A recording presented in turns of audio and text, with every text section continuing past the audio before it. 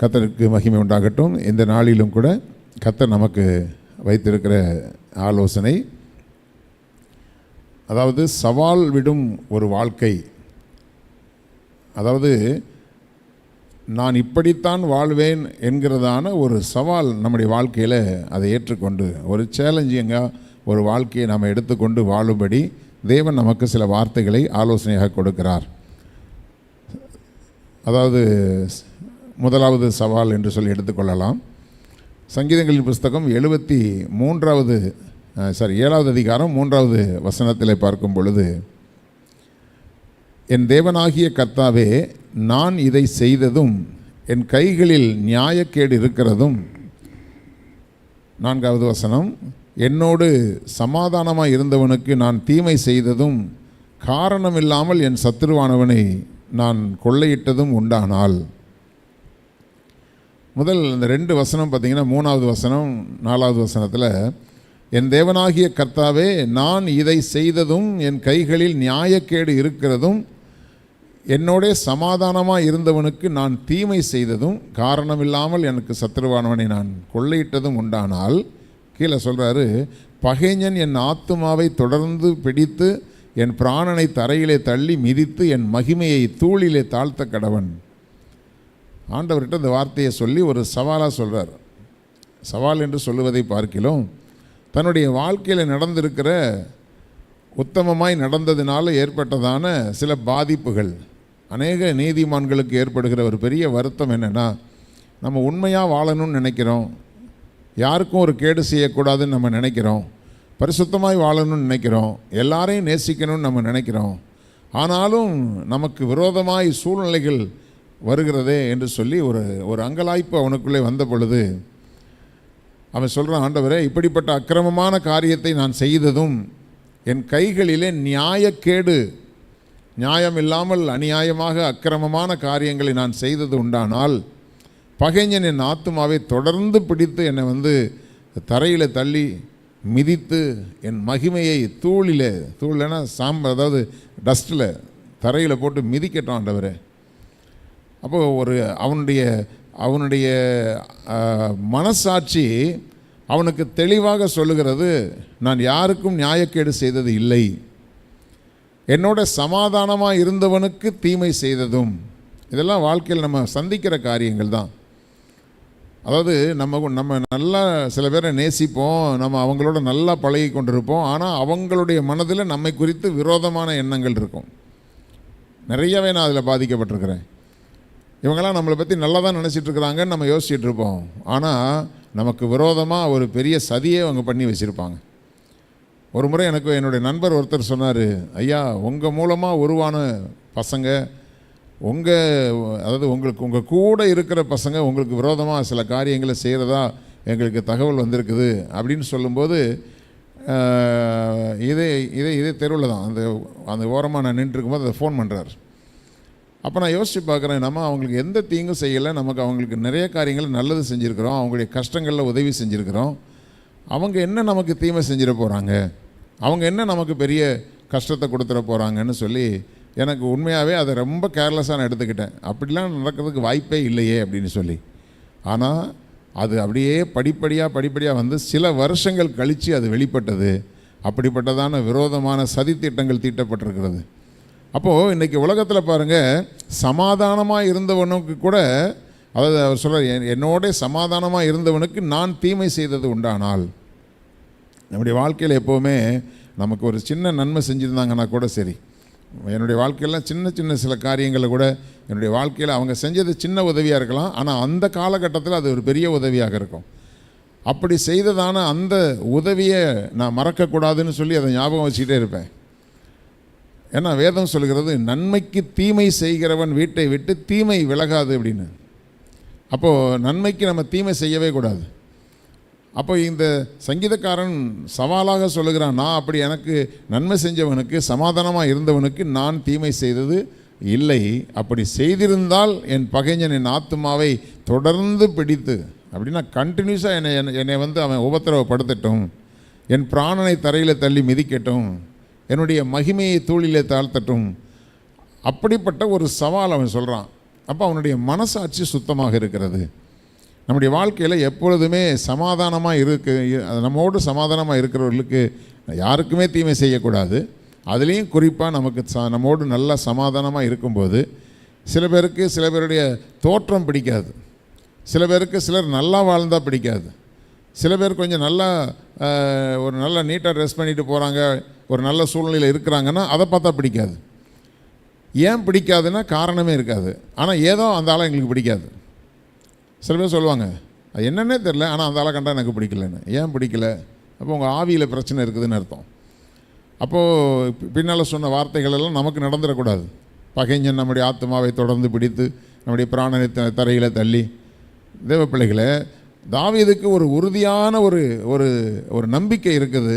அவனுடைய கேரக்டரை பற்றி அவனுக்கு தெளிவான ஒரு நம்பிக்கை இருக்கிறது. தேவ சமூகத்திலே நின்று சொல்லுகிறான், என் தேவனாகிய கர்த்தாவே, நான் இதை செய்ததும் என் கைகளில் நியாயக்கேடு இருக்கிறதும். அப்படின்னா என்னுடைய வாழ்க்கையில் நியாயத்துக்கு மீறி நான் யாருக்கும் துரோகம் நான் செஞ்சது கிடையாதுப்பா. அப்போது இப்படிப்பட்டதான ஒரு நல்ல கேரக்டர் எனக்கு இருக்குதுன்னு எத்தனை பேர் தேவனுக்கு முன்னாடி சொல்ல முடியும்? மனுஷங்களுக்கு முன்னாடி நிறைய பேர் சொல்லுவாங்க.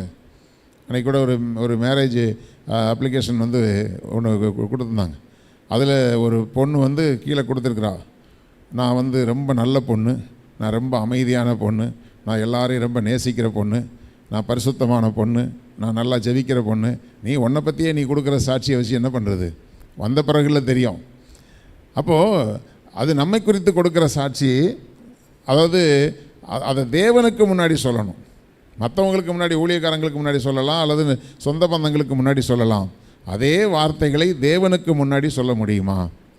அப்போது அப்படிப்பட்ட ஒரு சவாலான ஒரு வாழ்க்கை. ஏன்னா நமக்கு ஏன் இந்த வார்த்தையை நான் சவால்னு சொல்கிறேன்னா, இந்த உலகத்தில் நம்ம பரிசுத்தமாய் வாழ்கிறதுக்கு ஒரு சவால் இருக்கிறது, ஒரு போராட்டம் இருக்கிறது.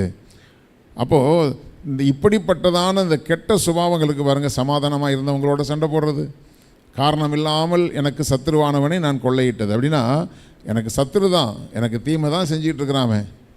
காரணம் இல்லாமல் அவனுக்கு போய் நான் வேறு விதத்தில் அவனுக்கு ஒரு தீமையை நான் செய்யணும்னு நினைக்கிறது. ஏன்னா அவன் எனக்கு தீமை செஞ்சிகிட்டு இருக்கிறான், பதிலுக்கு நானும் அவனுக்கு ஏதாவது ஒரு விதத்தில் வைக்கிறேன் பாரு வேட்டுன்னுவாங்க. நீங்கள் யாருக்கும் வேட்டு வைக்க வேண்டாம், உங்களுக்கு வேட்டு வைக்கிறவங்களுக்கு ஆண்டவர் வச்சுட்டு போகிறார். நம்ம வேலை அது கிடையாது. அப்போ இப்படிப்பட்டதான ஒரு தீமை செய்கிற நபராக இருந்தாலே பதிலுக்கு நீங்கள் தீமை செய்யணுங்கிற அவசியமே கிடையாது. அப்போ என்னுடைய கேரக்டர் இந்த மாதிரி இருக்குதுன்னு தேவனுக்கு முன்பாக நம்மால் மனசாட்சியை கொண்டு சொல்ல முடியுமா? அப்படிப்பட்ட ஒரு வாழ்க்கை வாழும்படி நம்முடைய இருதயத்தை நாம் சீர்படுத்தி கொள்வோம். நம்முடைய வாழ்க்கையில் நியாயக்கேடுகள் நம்முடைய வாழ்க்கையில் வராதபடிக்கு நாம் ஜாக்கிரதையாக இருப்போம். அதே போல் ரெண்டாவது ஒரு சவாலான ஒரு வாழ்க்கை குறித்து நாம் பார்க்குறோம். யோபுடைய புஸ்தகத்தில் யோபு சொல்கிறாரு, 31:1 வாசிக்கும் பொழுது, என் கண்களோடே உடன்படிக்கை பண்ணின நான் ஒரு கன்னிகையின் மேல் நினைப்பாய் இருப்பது எப்படி? அப்போது என்னுடைய கண்களோடு உடன்படிக்கை பண்ணுறது, இந்த உலகத்தில் மிக கஷ்டமான ஒரு காரியம் என்னென்னா, கண்களோடு உடன்படிக்கை பண்ணுறது. தீமையானதை நான் பார்க்க மாட்டேன், தேவனுக்கு பிரியமில்லாத ஒரு காரியத்தை நான் பார்க்க மாட்டேன். அப்படிப்பட்டதான ஒரு தவறான கண்ணோட்டத்தோடு பார்க்குற பார்வை எனக்கு இருக்கவே இருக்காது அப்படின்னு சொல்லி தன்னுடைய கண்களோடு உடன்படிக்கை பண்ணுகிற ஒரு சுபாவம் நமக்கு இருக்கணும். ஏன்னா அவன் சொல்கிறான், என் கண்களோடு உடன்படிக்கை பண்ணின நான் ஒரு கன்னிகையின் மேல் நினைப்பாய் இருப்பது எப்படி? அப்பொழுது உன்னதங்களிலிருந்து தேவன் அளிக்கும் பங்கும் உன்னதத்திலிருந்து சர்வ வல்லவர் கொடுக்கும் சுதந்திரமும் எனக்கு கிடைக்குமோ? எவ்வளோ பயங்கரமான ஒரு நம்பிக்கை பாருங்கள். அன்றைக்கி யோபுடைய நாட்களில் சர்ச்சு கிடையாது, பாஸ்டர் கிடையாது, பைபிள் கிடையாது, எந்த ஒரு காரியமும் கிடையாது. மனசாட்சியின் காலம் என்று அந்த காலத்தை குறித்து சொல்லப்பட்டிருக்கிறது. அப்போ அந்த மனசாட்சியின் காலத்திலேயே அவன் தப்பு பண்ணாலும், ஏன்னா பெரிய கோடீஸ்வரன், அவனுக்கு அவ்வளோ வசதிகள் இருக்குது, அவன் என்ன செஞ்சாலும் ஐயா நீங்கள் கரெக்டாக தான் செய்கிறீங்கன்னு சொல்கிறதுக்கு ஆள் இருந்தது. ஆனாலும் அவன் சொல்லுகிறான், என் கண்களோடு உடன்படிக்கை பண்ணியிருக்கிறேன், தவறான காரியத்தை பார்க்க மாட்டேன். அதாவது சில பேர், அதாவது அந்த திருட்டு ஆவி சில பேருக்குள்ளே இருக்கும், எதை பார்த்தாலும் அடுத்தவங்க பொருளை எடுக்கணும்னு சொல்லிட்டு. அப்போது எங்கேயாவது இன்னொருத்தருடைய பொருள் அங்கே இருக்குதுன்னு சொன்னால் அது நமக்கு ஒரு பெரிய ஆச்சரியமாக இருக்குது. ஆனால் சில பேருக்கு அது சகஜமாக இருக்குது. ஒரு பொருள் அங்கே இருக்குதுன்னா, இது யார் பொருளாக இருக்கும், இது நல்லா இருக்குதே, இந்த பொருளை நம்ம தூக்கிடணும்னு ஒரு பிளான் போட்டு தூக்கிடுறாங்க. அப்புறம் கேட்டால் இல்லை நான் தெரியாமல் எடுத்துட்டேன், நான் இல்லை அப்படி நினைக்கல இப்படி நினைக்கலன்னு. சில பேருடைய காரியத்தை நாங்கள் கண்டுபிடிச்சு கேட்கும்போது அவங்க சொல்கிறது இல்லை அது சும்மா இருந்தது அதனால் எடுத்தேன். சும்மா இருந்தால் ஓம் பொருள் இல்லையே, அதை ஏன் நீ அந்த கண்ணோட உடன்படிக்கை உனக்கு ஏன் பண்ணலை? உனக்கு சொந்தமல்லாத ஒரு காரியத்தை நீ சொந்தமாக்க வேண்டும் என்று நீ பார்க்கிற அந்த பார்வை, தேவனுடைய பிள்ளைகளை, நம்முடைய கண்களோடு நமக்கு ஒரு உடன்படிக்கை பண்ணியிருக்கிறோமா? அப்படி கண்களோட உடன்படிக்கை பண்ணி தீமையான காரியத்தை பார்க்காதபடிக்கு, தேவனுக்கு பிரியமற்ற காரியத்தை பார்த்து அதன் மேல் ஒரு இச்சை கொள்ளாதபடிக்கு அந்த நம்முடைய கண்களோடு தேவ சமூகத்தில் நம்ம ஒரு உடன்படிக்கை பண்ணியிருந்தோமானால், பிறருக்கு சொந்தமான எதுவும் அல்லது சட்டத்துக்கு புறம்பான ஒரு காரியத்தை நாம் இச்சையோடு பார்க்கிற அந்த சுபாவம் நமக்கு வராது. ஒருவேளை அப்படி நம்முடைய கண்களில் உடன்படிக்கை பண்ணாமல் கண்களின் மூலமாய் பல தவறுகளை நாம் செய்வோமானால், கீழே அவரே சொல்கிறாரு, அப்படி செய்தேனானால் உன்னதங்களிலிருந்து தேவன் அளிக்கும் பங்கு எனக்கு கிடைக்குமா? கிடைக்காது. உன்னதத்திலிருந்து சர்வ வல்லவர் கொடுக்குற சுதந்திரம் எனக்கு கிடைக்குமா? கிடைக்காது. பரலோகமே கிடைக்காது. இந்த உலகத்திலையும் உனக்கு நன்மை கிடையாது, பரலோகத்திலும் உனக்கு இடம் கிடையாது. அதை தான் அவர் சொல்கிறாரு. அன்னைக்கு அதான் சொல்கிறேன், அன்னைக்கு வலியுறுத்தி சொல்கிறதுக்கு பாஸ்டர்ஸ் கிடையாது, பைபிள் கிடையாது. அந்த நாட்கள்லேயே கண்களோடு உடன்படிக்கை பண்ணி ஒரு சவாலான ஒரு வாழ்க்கை வாழ்ந்த அந்த யோபுவை போல நம்முடைய வாழ்க்கையிலும் ஒரு சவால் எடுத்துக்கொள்ளும். ஆண்டவரே, எங்களுக்கு வேண்டாத காரியங்களில் நாங்கள் கண்ணை பதித்து, இல்லாமல் போகும் பொருள் மேல் உன் கண்ணை பறக்க விடுவானேன். அப்போ அப்படிப்பட்ட காரியங்களை போகும்போது நம்முடைய சிந்தனைகளை எங்கேயோ கொண்டு போய் தேவன் நமக்கு கொடுத்துருக்கிற பாதையை விட்டு நம்மை விலக வச்சிடும்.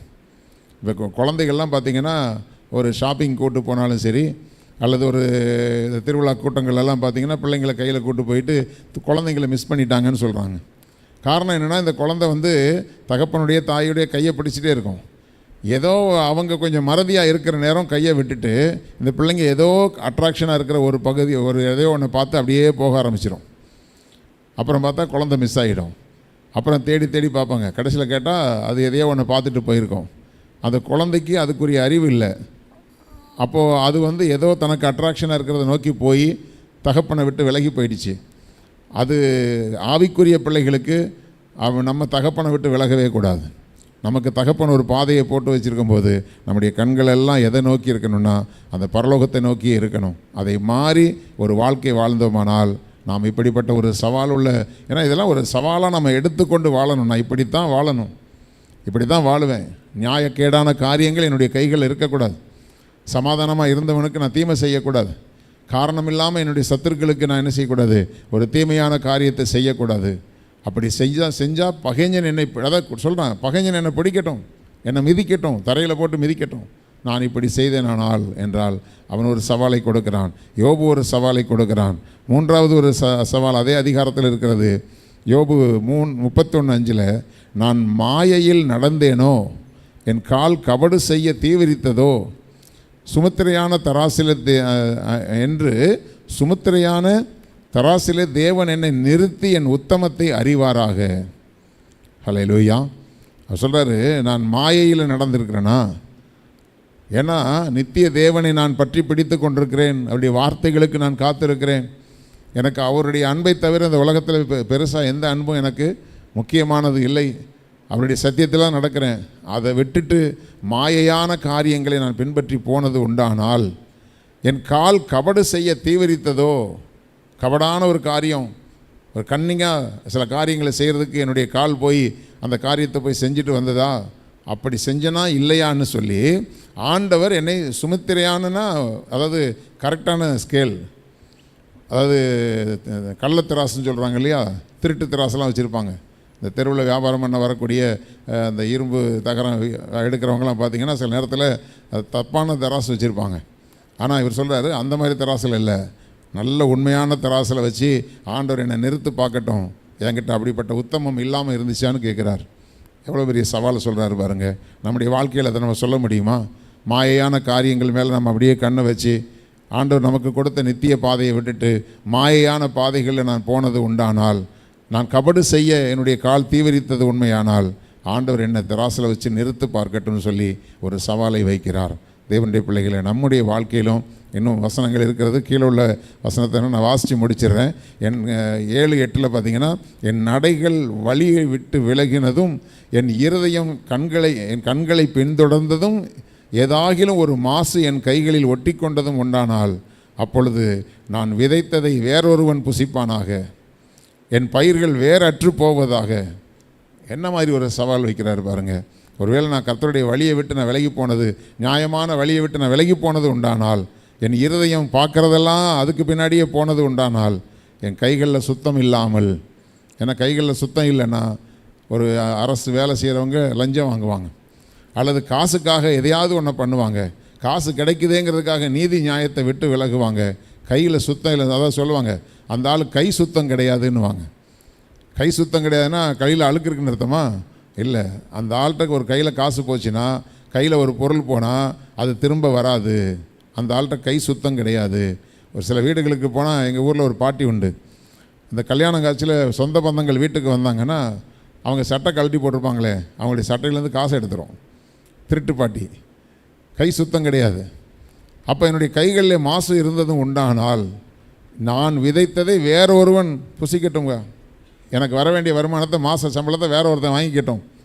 அந்த அளவுக்கு தன்னுடைய இருதயத்தை குறித்து உத்தமமான தீர்மானத்தோடு இருந்த ஒரு பரிசுத்தவான் யோபு. முன்பு நான் பார்த்தோம் தாவீது. இப்படிப்பட்ட ஒரு நல்ல சவால் உள்ள வாழ்க்கையை நமக்குள்ளே ஒரு உடன்படிக்கை பண்ணிக்கொள்வோம், நமக்குள்ளே ஒரு தீர்மானம் பண்ணிக்குவோம். இல்லை ஆண்டவரே, எனக்கு இல்லாத சூழ்நிலைகள் வந்தாலும், எனக்கு ஒன்றுமே இல்லைன்னா கூட நான் வாழ்க்கையில் தவறுகளை செஞ்சிடக்கூடாது ஆண்டவரே. என்னுடைய இல்லாமை, என்னுடைய இயலாமை எதுவாக இருந்தாலும் என் தேவனுடைய நீதியை நான் பின்பற்றி வாழ்வேன் என்கிற ஒரு சவாலை எடுத்துக்கொள்வோம். அப்படி வாழ கர்த்தர் நமக்கு கிருபை கொடுப்பாராக. கண்களை மூடி நாம் ஜெபிக்கலாம். ஸ்தோத்திரம் பிதாவே, சர்வ வல்ல தேவனே, உமக்கு நன்றி செலுத்துகிறோம். இந்த உலகத்தில் எங்களுக்கு ஆண்டவரே நீதியாய் நடப்பதற்கும் பரிசுத்தமாய் நடப்பதற்கும் எத்தனையோ சவால்கள் இருக்கிறது ஆண்டவரே. ஆனாலும் எங்கள் தேவனுடைய ஆண்டவரே ரட்சிப்பை பெற்றிருக்கிற நாங்கள், ஆண்டவரே உம்முடைய பரிசுத்தத்தை பெற்றிருக்கிற நாங்கள், திருச்சபையில் இணைக்கப்பட்டிருக்கிற நாங்கள், ஆண்டவரே நீதி தவறாதபடிக்கு, நியாயக்கேடு இல்லாதபடிக்கு, ஆண்டவரே மற்றவர்களுக்கு கபடான காரியங்களை செய்யாதபடி, எங்களுடைய கைகளில் சுத்தமில்லாத ஒரு சூழ்நிலைக்கு நாங்கள் தள்ளப்பட்டு போகாதபடிக்கு எங்கள் தேவன் எங்களை பார்க்கிறார், எங்களை கவனிக்கிறார், எங்களை நோக்கி கொண்டிருக்கிறார். எங்கள் தேவனுக்கு முன்பாக உத்தமமாய் நாங்கள் நடக்க வேண்டும் என்று எங்களுக்குள்ளே ஒரு நல்ல ஒரு சவாலை நாங்கள் உடன்படிக்கையாக எடுத்துக்கொண்டு எங்கள் தேவனை சந்தோஷப்படுத்துகிறவர்களாய் ஆண்டவரை ஜீவிக்க எங்களுக்கு பலன் தருவீராக, கிருபை தருவீராக. இந்த வார்த்தைகளை கேட்ட ஒவ்வொருவரும் அப்படிப்பட்ட ஒரு உடன்படிக்கையை பண்ணிக்கொள்ள, ஒரு சவாலை எடுத்துக்கொள்ள தேவன் உதவி செய்யும்படி ஒப்பு கொடுத்து செபிக்கிறோம். ஆண்டவரே ஸ்தோத்திரம். இந்த காலை வேளையில் உம்முடைய சமூகத்தில் ஆண்டவரே உம்மை நோக்கி காத்திருக்கிற இந்த பிள்ளைகள் ஒவ்வொருவரையும், அவருடைய குடும்பங்களையும், அவருடைய சந்ததிகளையும் தேவனாகிய கர்த்தர் ஆசீர்வதிப்பீராக. இந்த நாளிலும் பிள்ளைகளுடைய போக்குவரத்துகளெல்லாம் பாதுகாத்து ஆசீர்வதிங்க, பொறுப்பெடுத்துக் கொள்ளுங்க. துதி கன மகிமை எல்லாம் உமக்கே செலுத்துகிறோம். இயேசு கிறிஸ்துவின் இன்ப நாமத்தில் ஜெபிக்கிறோம் ஜீவனுள்ள எங்கள் நல்ல பிதாவே, ஆமென். என் ஆத்துமாவே கர்த்தரை ஸ்தோத்திரி, என் முழுவதுமே அவருடைய பரிசுத்த நாமத்தை ஸ்தோத்திரி. என் ஆத்துமாவே கர்த்தரை ஸ்தோத்திரி, கர்த்தர் செய்த சகல உபகாரங்களையும் மறவாதே. ஆமென், ஆமென். கர்த்தர் உங்களை ஆசீர்வதிப்பார். இன்றைக்கு மாலை 6:30 மணிக்கு நமக்கு பைபிள் ஸ்டடி வேத பாட வகுப்பு உண்டு. தயவுசெய்து விசுவாசிகள் யாவரும் சபைக்கு வாருங்கள். கர்த்தர் உங்களை ஆசீர்வதிப்பார்.